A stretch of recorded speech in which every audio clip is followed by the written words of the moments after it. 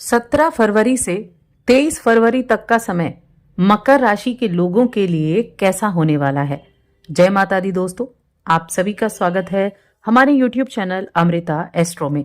और आज की इस वीडियो में मैं बात कर रही हूं इन 7 दिनों के साप्ताहिक राशि फल के बारे में। ये जो 7 दिन होंगे, इन 7 दिनों में ग्रहों की स्थिति कैसी होगी, नक्षत्र क्या होंगे, योग क्या बनेंगे और इन सभी के प्रभाव से किस तरह आपकी दिनचर्या में परिवर्तन होगा। तो ये जानने के लिए एक छोटा सा ही आपका निवेदन है आगे बढ़ने से पहले कि चैनल पर पहली बार आए हैं तो चैनल को सब्सक्राइब जरूर कर लें। देखिए, सप्ताह की जो शुरुआत है और जो सप्ताह का अंत है, इस दौरान शनि ग्रह जो कि अपनी मूल त्रिकोण राशि कुंभ राशि में विराजमान है, साथ में उनके बैठे हुए हैं सूर्य देव और साथ में बैठे हुए हैं बुध देव। तो सूर्य के प्रभाव के कारण देखिए, सूर्य का प्रकाश इतना तेज है कि वो हर किसी को अपने प्रकाश के नीचे ढक देता है। आप ये कहें कि सूर्य का प्रकाश जब अब शनि के ऊपर आ रहा है तो शनि अस्त होने वाले हैं। एक समय जो होता है, एक जो दूरी है सूर्य से शनि की, तो उससे शनि जो है अस्त हो जाएंगे सूर्य के प्रभाव के कारण। अस्त होने का मतलब है कि उनका जो रिजल्ट है उसमें अब आपको कमी देखने को मिलेगी, और ये आपके लिए एक पॉजिटिव भी हो सकता है और नेगेटिव भी हो सकता है। तो मकर राशि के लोगों के लिए शनिदेव उनकी राशि के स्वामी होते हैं और आपके दूसरे घर में भी विराजमान थे। अब धन भाव के स्वामी बैठे और साथ में सूर्य देव और साथ में बुध देव। तो सप्ताह की शुरुआत कैसी होगी? सबसे पहले हेल्थ की अगर मैं बात करूं तो हेल्थ के हिसाब से देखा जाए तो ये समय आपके लिए ठीक ठाक सा रहने वाला है, लेकिन अपने आप को फिट रखने के लिए थोड़े बहुत आप एक्सरसाइज वगैरह करते रहें, जितना हो सके व्यायाम वगैरह करें। अपनी खाने पीने की चीज़ों का आपको ध्यान रखना होगा। लेकिन अगर मैं करियर की बात करूं तो करियर के हिसाब से देखा जाए तो ये समय आपके लिए काफ़ी ज़्यादा अनुकूल है। इस सप्ताह को मैं कहूँगी करियर में तरक्की के लिए बहुत अच्छा है। आप जिस भी काम से जुड़े हुए हैं तो आप एक अच्छा रिटर्न ले सकते हैं, अच्छा मुनाफा आपको हो सकता है और अपने धन को संचित भी आप कर सकते हैं। देखिए, गुरु बृहस्पति आपके चौथे भाव में विराजमान है और चौथा भाव क्या है? चौथा भाव जो होता है ये हमारी सुख सुविधाओं का भाव होता है, जहाँ गुरु बृहस्पति हैं। तो अगर आपका कोई रियल एस्टेट से जुड़ा हुआ काम है, प्रॉपर्टी से जुड़ा हुआ काम आप करते हैं, तो उन लोगों को बहुत अच्छा रिजल्ट देखने को मिलेगा। इस समय आप इस तरह का कोई इन्वेस्टमेंट कर सकते हैं किसी जमीन प्रॉपर्टी में, और लॉन्ग टर्म के लिए जो इन्वेस्टमेंट रहेगा वो आपके फ्यूचर को सिक्योर करने का काम करेगा। इस सप्ताह में आपके लिए जो चीज़ें हैं वो काफ़ी अच्छी होने वाली हैं।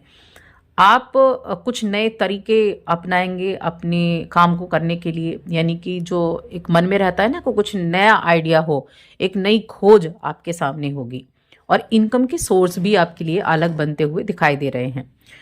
आप अगर काफ़ी समय से सोच रहे थे कि कुछ ना कुछ एक एक्स्ट्रा इनकम सोर्स आपके पास होना चाहिए और उसके लिए आपने प्रयास भी किया, तो ये चीज़ें होने की संभावनाएं बनी हुई हैं। कोई पुराना आपने इन्वेस्टमेंट किया हुआ था तो उसके द्वारा लाभ मिलने की संभावना भी बनी हुई है। अब आपके ऑफिस की बात करते हैं, जहाँ भी आपका जॉब है, जो भी आपके सीनियर हैं, आपके बॉस हैं, तो उनसे किसी बात को लेकर असहमति हो सकती है, तो वहाँ ध्यान रखें। आपको कुछ चुनौतियों का सामना करना पड़ सकता है, लेकिन ऐसा नहीं ये पूरे टाइम रहेगा। ये मध्य सप्ताह में चीज़ें ठीक हो जाएंगी और कामकाज ठीक गति से चलने लगेगा। बिजनेस की अगर मैं बात करूं तो बिजनेस के मामले में ये सप्ताह काफ़ी अच्छा होने वाला है। आपके बिजनेस में तेज़ी देखने को मिलेगी। आप हर एक तरह के भौतिक सुखों का आनंद ले पाएंगे और व्यक्तिगत जीवन में भी ससुराल पक्ष के साथ चीज़ें अच्छी रहेंगी। यहाँ जो इस राशि के सिंगल जातक हैं उनके लिए ये सप्ताह काफ़ी अच्छा रहने वाला है। आप अपने भविष्य में होने वाले साथी से मिल सकते हैं, विवाह के प्रस्ताव आपके जीवन में आ सकते हैं, और जो विवाहित लोग हैं उनके लिए एक अच्छे समय का निर्माण मैं कह सकती हूँ, क्योंकि नज़दीकियाँ जो हैं वो बढ़ती हुई आपको दिखाई देंगी। अब देखिए, ये जो समय है, अगर आप काफ़ी लंबे समय से प्रॉपर्टी वगैरह या वाहन खरीदने की योजना बना रहे थे तो इस वीक में वो भी सब आपकी जो इच्छा है ना वो पूरी होती हुई दिखाई दे रही है। और कहीं ना कहीं से कुछ ऐसा समाचार भी मिलेगा जो आपके बच्चों से जुड़ा हुआ होगा, और इसको आप गुड न्यूज़ कह सकते हैं। कोई गुड न्यूज़ होगी जिससे आपकी कोई बड़ी टेंशन खत्म होगी। सामाजिक मेलजोल अच्छा रहेगा, समाज में मान सम्मान भी रहेगा। अगर आपका कोई कोर्ट केस चल रहा है तो इस अवधि में उसमें भी आपको राहत मिलती हुई दिखाई देगी। आपके विरोधी हो सकता है आपको समझौते का प्रस्ताव दे दें, ऐसी स्थितियां बन जाएं, तो वहाँ भी चीज़ें अच्छी दिख रही हैं। अगर हम वुमेन्स की बात करें, महिलाओं की बात करें, तो जो कामकाजी महिलाएं हैं उनका पद और उनका ओहदा, ये दोनों चीज़ें बढ़ सकती हैं। किसी न किसी तरह के उनके पद में वृद्धि होने की संभावनाएं बनी हुई हैं, या फिर वेतन वृद्धि की संभावनाएं भी बनी हुई हैं। इस राशि के जो जातक समाज सेवा से जुड़े हुए हैं, धर्म से जुड़े हैं, अध्यात्म से जुड़े हुए हैं, स्पिरिचुअलिटी से जुड़े हुए हैं, उनके लिए समय काफ़ी अच्छा है। उनका जो टाइम है वो उनकी पसंदीदा चीज़ों में उनका टाइम जो है वो होने वाला है, खर्च होने वाला है, तो उनके लिए बहुत अच्छा रहेगा। लव लाइफ ठीक है, आपसी विश्वास और नज़दीकियाँ रहेंगी। बाकी दाम्पत्य जीवन में मैं कहूँगी अच्छा दिखाई दे रहा है। दाम्पत्य जीवन में भी ऐसी कोई दिक्कतें नहीं हैं। अब स्टूडेंट्स की बात कर लेते हैं कि स्टूडेंट्स के लिए ये समय कैसा रहेगा। तो सबसे पहली तो चीज़ है कि शिक्षा के क्षेत्र में चीज़ें जो हैं वो ठीक ठाक रहेंगी।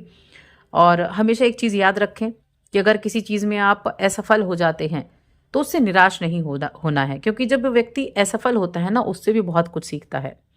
तो शिक्षा के क्षेत्र में परिणाम आपकी जो आपने मेहनत की उसके अनुसार आपको देखने को मिलेंगे। और अगर कुछ चीज़ें आपके अनुकूल ना भी हुई हैं तो भी टेंशन आपको नहीं लेनी है, इस चीज़ का ध्यान आपको ज़रूर रखना होगा।